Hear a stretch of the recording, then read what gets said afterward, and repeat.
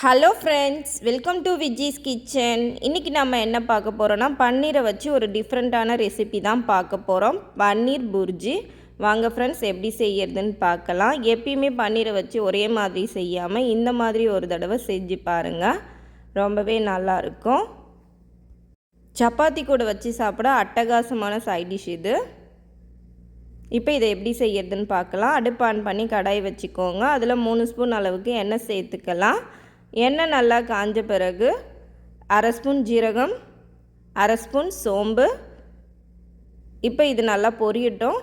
3 வெங்காயத்தை பொடியாக கட் பண்ணி வச்சுருக்கேன், அதை சேர்த்து வதக்கிக்கலாம். வெங்காயம் ஓரளவுக்கு வதங்கிடுச்சு.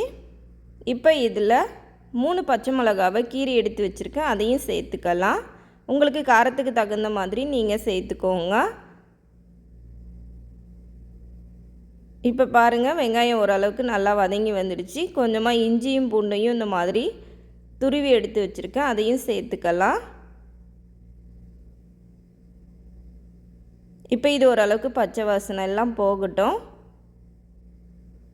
கொஞ்சமாக கேப்சிகம், ஸ்வீட் கார்ன் எடுத்து வச்சுருக்கேன், அதையும் சேர்த்துக்கலாம். இப்போ இது ஓரளவுக்கு நல்லா வதங்கட்டும். ஒரு பெரிய சைஸ் தக்காளியாக இந்த மாதிரி பொடியாக கட் பண்ணி வச்சுருக்கேன், அதையும் சேர்த்துக்கலாம். எல்லாத்தையும் சேர்த்துட்டு நல்லா வதக்கி எடுத்துக்கோங்க. எல்லாமே நல்லா ஒன்று சேர்ந்து நல்லா வதங்கி வரணும், அந்த அளவுக்கு நம்ம வதக்கி எடுத்துக்கலாம். ஓரளவுக்கு எல்லாமே வதங்கி வந்துடுச்சு பாருங்கள். இந்த ஸ்டேஜில் நமக்கு தேவையான மசாலா சேர்த்துக்கலாம். 1/4 ஸ்பூன் மஞ்சள் தூள், 1/2 ஸ்பூன் குழம்பு மிளகாய் தூள் சேர்த்துக்கோங்க. இது கூடவே கொஞ்சமாக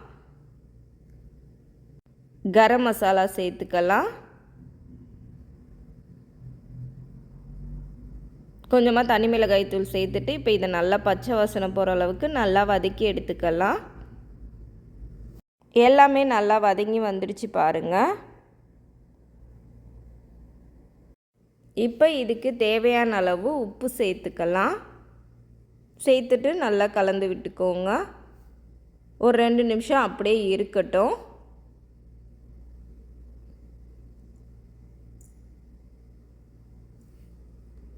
ரெண்டு நிமிஷம் ஆயிடுச்சு. இப்போ இதில் 1/4 டம்ளர் அளவுக்கு தண்ணி சேர்த்துக்கலாம். ரொம்ப தண்ணி சேர்க்கக்கூடாது, 1/4 டம்ளர் அளவுக்கு சேர்த்தாலே போதும். இப்போ மசாலாலாம் எல்லாம் பச்சை வாசனைலாம் போய் காயெலாம் நல்லா வெந்து வந்துடுச்சு. இந்த ஸ்டேஜில் 100 கிராம் பன்னீரை இந்த மாதிரி உதிர்த்தி எடுத்து வச்சுருக்கேன், அதையும் சேர்த்துக்கலாம். பன்னீர் சேர்த்துட்டு ரொம்ப நேரம் இருக்கணும்னு அவசியம் இல்லை, ஒரு 2 நிமிஷம் இருந்தாலே போதும். இப்போ இதை நல்லா கலந்து விட்டுக்கோங்க. நல்லா கலந்துட்டு இதை மூடி போட்டு ஒரு 2 நிமிஷத்துக்கு அப்படியே வச்சிடலாம். 2 நிமிஷம் ஆயிடுச்சு. ஓப்பன் பண்ணி பாருங்கள். இங்கே பாருங்கள், பார்க்கவே நல்லா சூப்பராக இருக்குது. இந்த ரெசிபியை நீங்களும் உங்கள் வீட்டில் ட்ரை பண்ணி பாருங்கள் ஃப்ரெண்ட்ஸ். இப்போ இதில் கொஞ்சமாக கொத்தமல்லி தழை தூவிக்கோங்க. இந்த வீடியோ உங்களுக்கு பிடிச்சிருந்தால் லைக் பண்ணுங்கள், ஷேர் பண்ணுங்கள். இது வரைக்கும் விஜிஸ் கிச்சனை சப்ஸ்கிரைப் பண்ணாதவங்க சப்ஸ்கிரைப் பண்ணிக்கோங்க. பக்கத்தில் இருக்கிற பெல் ஐக்கானையும் கிளிக் பண்ணிக்கோங்க. தேங்க்யூ.